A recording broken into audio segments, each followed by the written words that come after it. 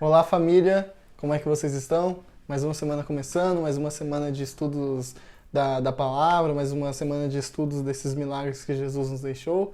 Então, como de costume, eu quero pedir para que você possa estar curtindo esse vídeo, que você possa se inscrever no nosso canal, que você também possa compartilhar esse vídeo com mais pessoas, para que mais e mais pessoas possam ter acesso a esse estudo que nós estamos fazendo durante todos esses tempos. Já faz desde abril que nós começamos a fazer começamos esse Família Nele nesse formato de vídeo. Em janeiro a gente tinha começado a gente entregava o estudo e você fazia na sua casa. Agora nós estamos fazendo esse formato em vídeo desde abril.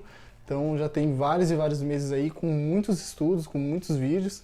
Então, se você não perdeu algum, vai lá na nossa playlist, assiste e depois você compartilha com a gente, comenta com a gente o que você achou deles. Mas vamos orar? Então feche seus olhos. Senhor, meu Deus, meu Pai, te agradeço, Pai, por mais esse momento, te agradeço por que o Senhor é um Deus bondoso, Pai, o Senhor é um Deus misericordioso, o Senhor é um Deus que nunca nos deixa só. Deus, nesse momento de estudo da Tua Palavra, que o Senhor possa, Pai, estar nos guiando, Pai, e que o Senhor possa fazer com que a Tua Palavra possa saltar aos nossos olhos e que nós possamos ver entre as linhas, Pai, aquilo que o Senhor quis dizer, Pai, e que nós possamos entender a profundidade das suas palavras e dos seus ensinamentos, Pai. É isso que eu te peço, Pai, e já te agradeço. Em nome de Jesus. Amém. Amém? Então, nós vamos dar continuidade aos nossos estudos dos milagres de Jesus. Esse milagre está escrito lá no Evangelho de Marcos, no capítulo 5, a partir do versículo 1. Então, o Evangelho de Marcos, no capítulo 5, a partir do versículo 1. Também está escrito lá em Mateus e Lucas, mas eu quero falar mais sobre o que Marcos escreveu. Então está escrito nos 3 evangelhos sinóticos, que nós já falamos lá no começo, lá nos primeiros vídeos, que são evangelhos sinóticos. Então estão lá nesses 3. Evangelhos sinóticos são aqueles que contam as mesmas histórias, né? Tem o mesmo... nesses 3 evangelhos geralmente vai ter as mesmas histórias, os mesmos milagres, os mesmos ensinamentos de Jesus, tá tudo lá. Então, vamos começar? Capítulo 5, versículo 1. Diz assim: Eles atravessaram o mar e foram para a região dos Gerazenos. Quando Jesus desembarcou, um homem com espírito imundo veio dos sepulcros ao seu encontro. Esse homem vivia nos sepulcros, e ninguém conseguia prendê-lo, nem mesmo com correntes, pois muitas vezes lhe haviam sido acorrentados pés e mãos, mas eles arrebentaram as correntes e quebraram os ferros de seus pés. Ninguém era suficientemente forte para dominá-lo. Noite e dia ele andava gritando e cortando-se com pedras entre os sepulcros e nas colinas. Quando ele viu Jesus de longe, correu e prostrou-se diante dele e gritou em alta voz: Que queres comigo, Jesus, filho do Deus Altíssimo? Rogo-te por Deus que não me atormentes. Pois Jesus lhe havia dito: Saia deste homem, espírito imundo. Então Jesus lhe perguntou: Qual é o seu nome? Meu nome é Legião, respondeu ele, porque somos muitos. E implorava a Jesus com insistência que não os mandasse sair daquela região. Uma grande manada de porcos estava pastando numa colina próxima. Os demônios imploraram a Jesus: Manda-nos para os porcos para que entremos neles. Ele lhes deu a permissão e os espíritos imundos saíram e entraram nos porcos. A manada de cerca de 2.000 porcos atirou-se precipício abaixo, em direção ao mar, e nele se afogou. Os que cuidavam dos porcos fugiram e contaram esse fato na cidade e nos campos, e o povo foi ver o que havia acontecido. Quando se aproximaram de Jesus, viram ali o homem que fora possesso da legião de demônios, assentado, vestido e em perfeito juízo, e ficaram com medo. Os que estavam presentes contaram ao povo o que acontecera ao endemoniado e falaram também sobre os porcos. Então o povo começou a suplicar a Jesus que saísse do território deles. Quando Jesus estava entrando no barco, o homem que estivera endemoniado suplicava-lhe que o deixasse ir com ele. Jesus não o permitiu, mas disse: Vá para casa, para a sua família, e anuncie-lhes quanto o Senhor fez por você e como teve misericórdia de você. Então aquele homem se foi e começou a anunciar em Decápolis o quanto Jesus tinha feito por ele. Todos ficavam admirados. Então esse é o milagre que nós vamos estudar hoje, que é a cura de um endemoniado, quando Jesus faz quando Jesus expulsa esse espírito imundo desse homem. Nós vamos começar partes por partes, que é como a gente tem sempre acostumado a fazer para que o texto possa ficar mais claro quando nós dividimos em versículos por versículos. Então vamos lá, versículo 1. Eles atravessaram o mar e foram para a região dos Gerazenos. Essa parte, quando ele fala que ele atravessa o mar para ir para essa região dos Gerazenos, lá, esse local dos Gerazenos era um local que era habitado por a maior parte da sua população eram de gentios. Então entenda, dentro do território de Israel existiam pessoas que não eram judias, que eles eram os gentios, que eram considerados gentios. Então esse local aí, Gerazenos, era predominantemente dominado por gentios. Por quê? Porque diz assim no versículo 2: Quando Jesus desembarcou, um homem com espírito imundo veio dos sepulcros ao seu encontro.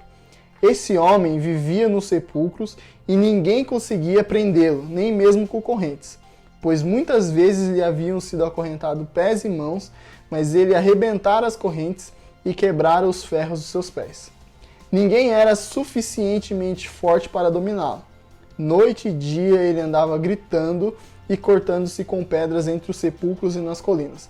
Então no versículo 2, Jesus ele desembarca nessa terra, desembarca lá nos Gerazenos, desembarca nesse local onde era predominantemente os gentios que moravam lá e não os judeus, e aí ele se encontra com o nosso personagem principal, que é o homem que estava possesso com um espírito imundo e que ele veio dos sepulcros ao seu encontro. É interessante nós sabemos que naquele tempo, ali em Israel, as pessoas que eram muito pobres, era comum com que essas pessoas morassem dentro de sepulcros, morassem dentro de cavernas, porque eles eram uma situação tão de pobreza mesmo extrema, que eles não tinham casas. Então era comum você encontrar pessoas vivendo no meio dos mortos, que era provavelmente o caso dessa pessoa, que ele era possesso por um espírito imundo, e ali ele vivia como se fosse um morto-vivo, que era a condição com que o demônio ele deixa as pessoas, não deixa com que a pessoa possa viver. Ela fica presa e ela fica vivendo dessa forma ruim, que era o que diz aqui no versículo 3, que ninguém conseguia prendê-lo, nem mesmo com correntes. O versículo 4, pois muitas vezes lhe havia sido acorrentado pés e mãos, mas ele arrebentara as correntes e quebrava os ferros dos pés. Ninguém era suficientemente forte para dominá-lo.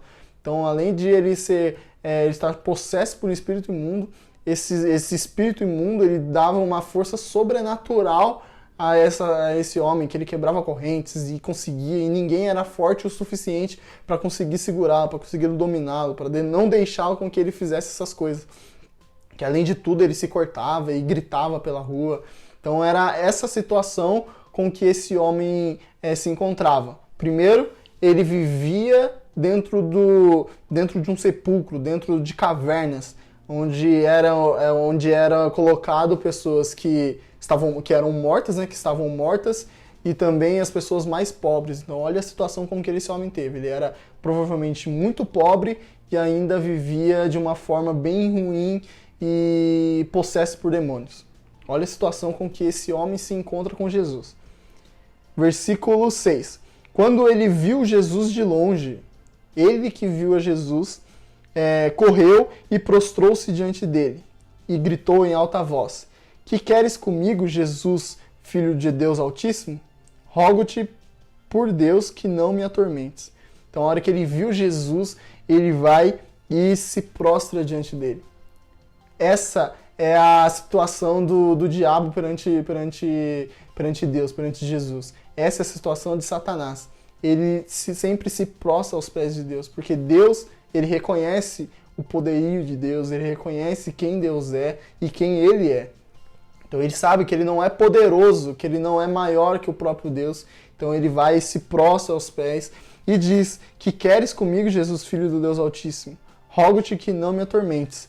Pois Jesus lhe disse, versículo 8, saia deste homem, espírito imundo. Então Jesus, ele entra, esse homem se encontra com Jesus e Jesus já pega e já expulsa e já fala para que esse demônio saia. E esse demônio fala assim: o que você está fazendo? Por que você está me atormentando?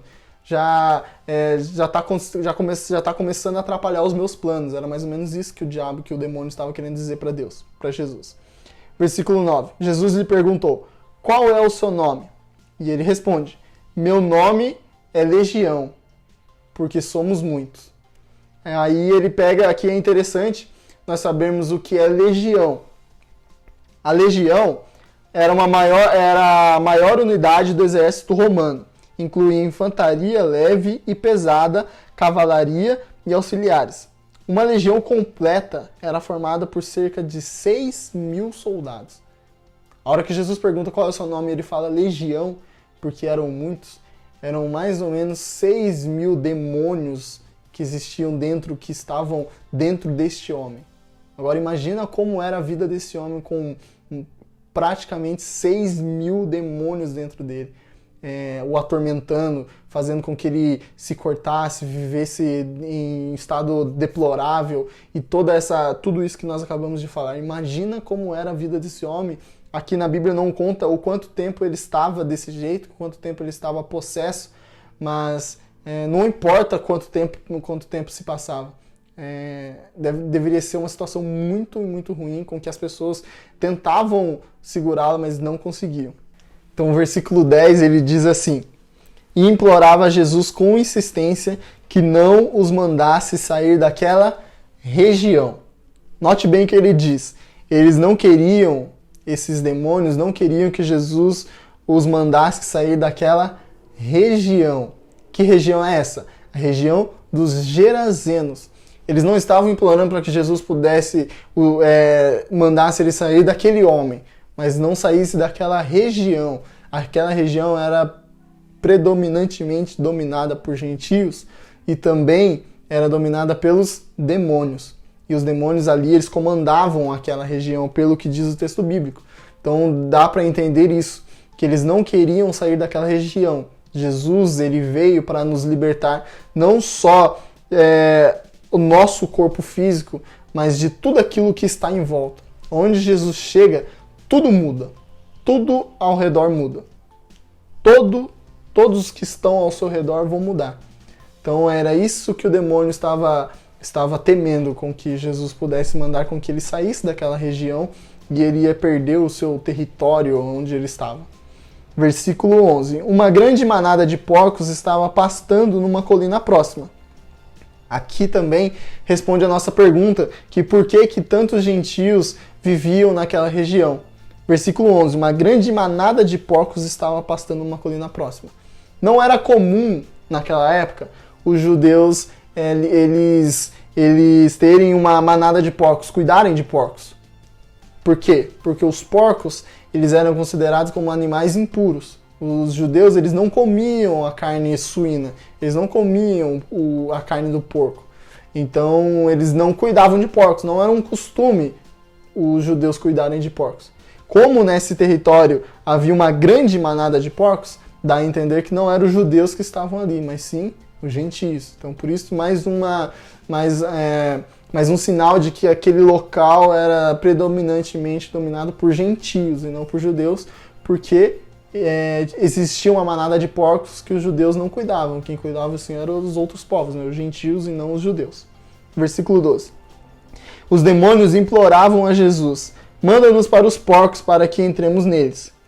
Ele lhes deu a permissão e o espírito imundo saíram e entraram nos porcos. A manada de cerca de 2.000 porcos atirou-se precipício abaixo em direção ao mar e nele se afogou. Você entende o tamanho do poderio de Jesus?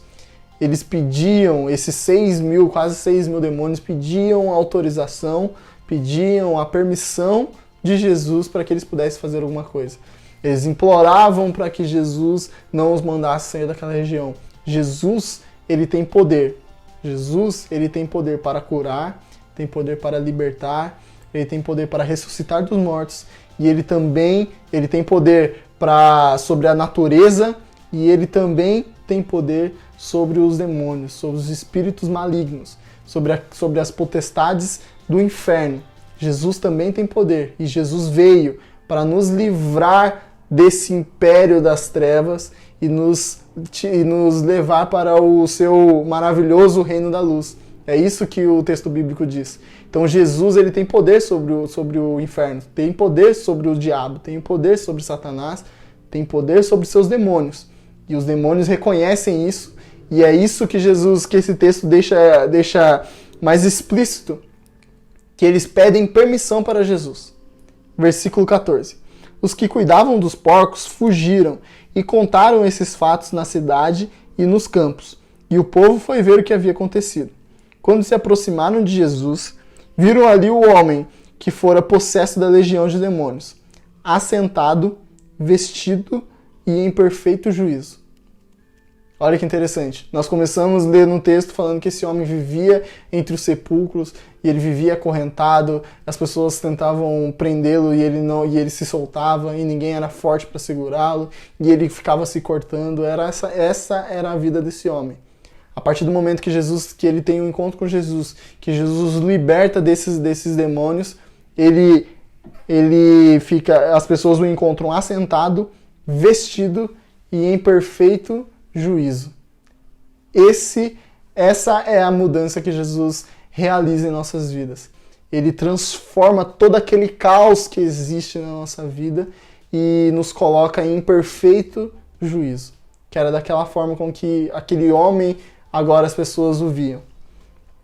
Terminando o versículo, ele fala: e ficaram com medo. As pessoas olhavam para aquele homem e ficavam com medo daquele homem que agora que ele tinha se tornado. Versículo 16.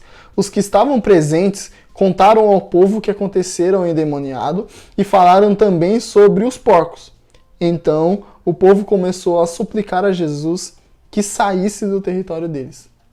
Por que o povo estava suplicando que Jesus pudesse sair do meio deles? Se Jesus tinha acabado de realizar um milagre, tinha acabado de livrar aquele homem dos demônios que existiam dentro daquele homem, aquele homem ser possesso, e agora ele era um homem são, em perfeito juízo. Por que os povos estavam, por que as pessoas estavam suplicando para que Jesus pudesse sair dali?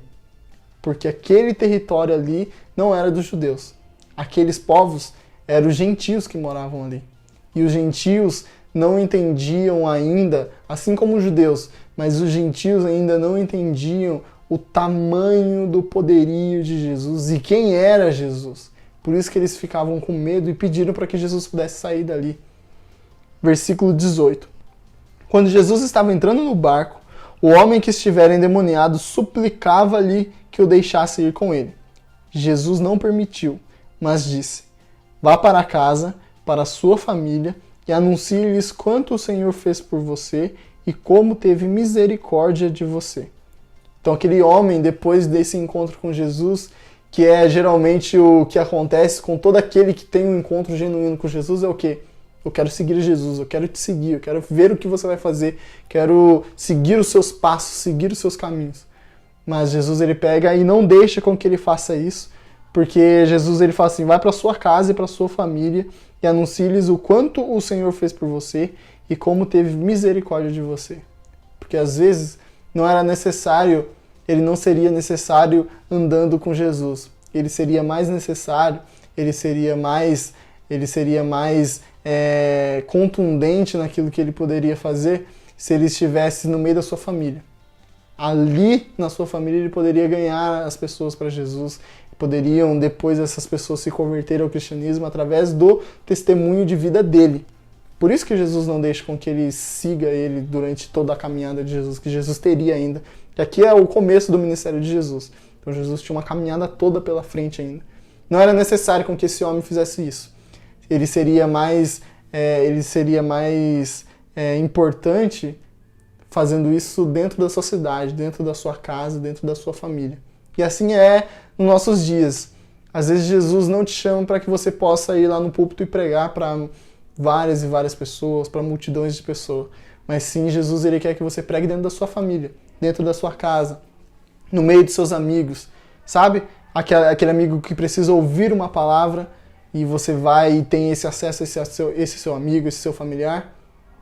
O pastor às vezes não tem esse acesso a essa pessoa, mas você tem.